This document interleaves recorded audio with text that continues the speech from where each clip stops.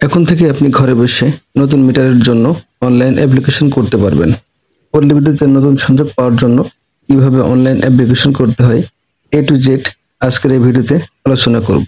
সারা বাংলাদেশের ৮০টি পল্লী বিদ্যুৎ সমিতি এই সফটওয়্যারের অর্থাৎ এই ওয়েবসাইটের আওতায় চলে আসবে। এখান থেকে সব অ্যাপ্লিকেশন গ্রহণ করা হবে।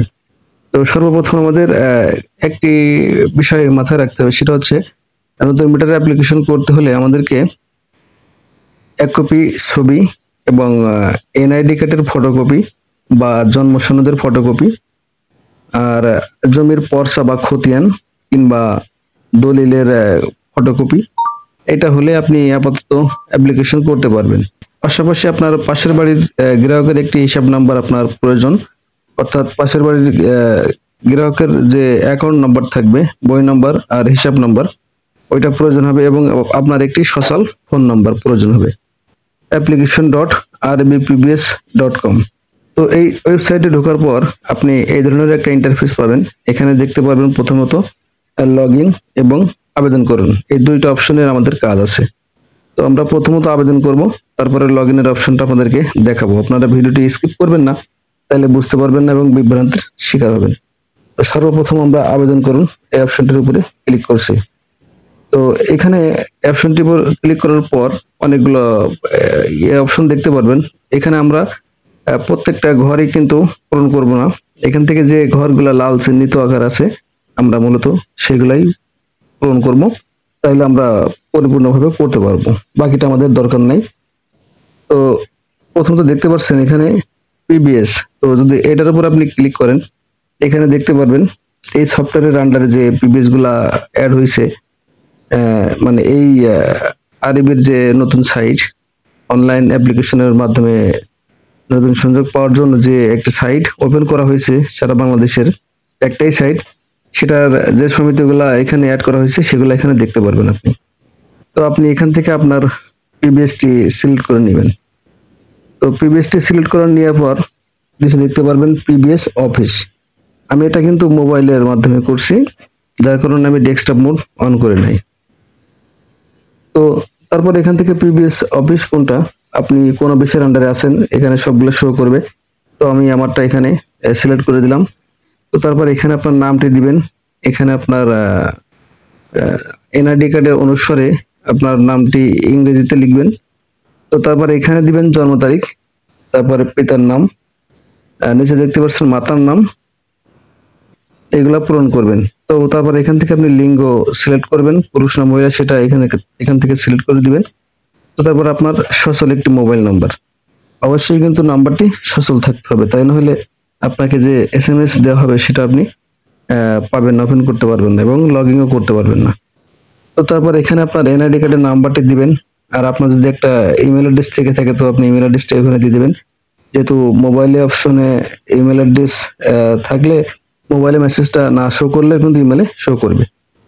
তো তারপর এখানে যত আপনার যে অ্যাড্রেসটা আছে সেটা সিলেক্ট করে দিবেন। আমি দেখাইতে গেলে ভিডিওটা অনেক লং খেয়ে যাবে এবং অনেকে বোরিং ফিল করবে, তো আমি পরিপূর্ণ দেখাচ্ছি না। তারপর দেখেন এখানে গ্রাম, এগুলো অ্যাড করার পর এখানে দেখতে পাচ্ছেন দাগ নাম্বার। আপনি আপনার যে জমির পর্চাটা দিবেন সেখানে আপনি কোন দাগে বসবাস করছেন সেটা এখানে লিখে দিবেন। তারপরে জমির মালিকানা ধরুন, এটার উপরে ক্লিক করলে কিন্তু আপনি অপশন পেয়ে যাবেন। এখান থেকে আপনি যেটা সেটা সিলেক্ট করে দিবেন। এইভাবে উপরটা সিলেক্ট করা হয়ে গেলে আপনি এখান থেকে এই যে টিক মার্কটার উপরে ক্লিক করে দিবেন। তাহলে উপরে যে অপশনগুলো সিলেক্ট করছেন, মানে যোগাযোগের ঠিকানা হিসেবে স্থায়ী ঠিকানা, একই আপনি সম্মতি প্রকাশ করলে এগুলা ফিল আপ হয়ে যাবে। তো তারপরে নিচের দিকে আসলে এখান থেকে দেখতে পারবেন সংযোগ, আপনি কি সংযোগ নেবেন। এই ক্ষেত্রে আসলে অনেকটা ভুল করে থাকে। তো এখানে আপনি যদি বাসাবাড়ির জন্য সংযোগ নিতে চান, সেক্ষেত্রে এখান থেকে আপনি আবাসিক সিলেক্ট করবেন। তো যদি আপনি কোনো ব্যবসা প্রতিষ্ঠানের জন্য নিতে চান, সেক্ষেত্রে এখান থেকে বাণিজ্যিক অফিস এটার উপরে ক্লিক করবেন। তো এটার উপরে ক্লিক করলে এখান থেকে আপনাকে নিচেই ট্যারিফটা দিতে বলবে। যদি আপনি আবাসিক ট্যারিফ সিলেক্ট করে থাকেন তাহলে এখান থেকে আপনি এলটিএ, আমি এটা আসলে অনেকেই যারা নতুন অ্যাপ্লিকেশন করতে যাবেন তারা একটু সমস্যা ফেস করবেন। তো এখান থেকে আপনি ট্যারিফটা দিবেন, যদি আবাসিক করে থাকেন সেক্ষেত্রে এলটিএ। আর যদি বাণিজ্যিক ও অফিস এটা সিলেক্ট করে থাকেন উপরে ঘর থেকে, তাহলে এখানে আপনি দিবেন এলটিই। এই দুটো জিনিস একটু ভালো করে খেয়াল রাখবেন। তো তারপরে সিঙ্গেল ফেজ লাইন আপনি সিঙ্গেল ফেজ দিয়ে রাখবেন। আর এখান থেকে ভোল্ট দিবেন আপনি 230। আমি উপরে ঘরগুলো ফিল আপ করে নেই, তাই এখানে দেখাচ্ছে না আর কি। তো তারপর আবেদনকৃত লোড দিবেন আপনি 1.00। 1.00 দিলে আপনি অ্যাপ্লিকেশন করতে পারবেন। তো অফিস কর্তৃক ইন্সপেকশন করে আপনাকে তখন ওরা যে লোডটা সেটা ওদের মতো করে ওরা দিয়ে আপনাকে অনুমোদন করে দিবে, অ্যাপ্রুভ করে দিবে। তো তারপরে এখান থেকে যে আপনি যে ইলেকট্রিক আইটেমগুলো ব্যবহার করবেন, এখান থেকে আপনি কয়টা লাইট, কয়টা ফ্যান, এগুলো আপনি এখান থেকে এভাবে চুজ করে দিতে পারবেন। আমি 60 ওয়াটের বাল্ব দিলাম ধরুন 5টা। সরি, এখানে ইংলিশে না করলে হবে না। তো এখান থেকে আমি দিলাম 7টা। দেওয়ার পর এখান থেকে এটার উপরে ক্লিক করি, দেখেন 420 ওয়াট। আপনি এটা দিয়ে যোগ করুন, উপরে ক্লিক করবেন। যোগ করানোর উপরে ক্লিক করার পর আপনি নিচে চলে যেতে পারবেন। তো তারপর এখান থেকে আপনার সার্ভিস ড্রপ, অর্থাৎ আপনার আহ, ঘর থেকে পোলের দূরত্ব কত ফিট, সেটা এখানে আপনার লিখতে হবে।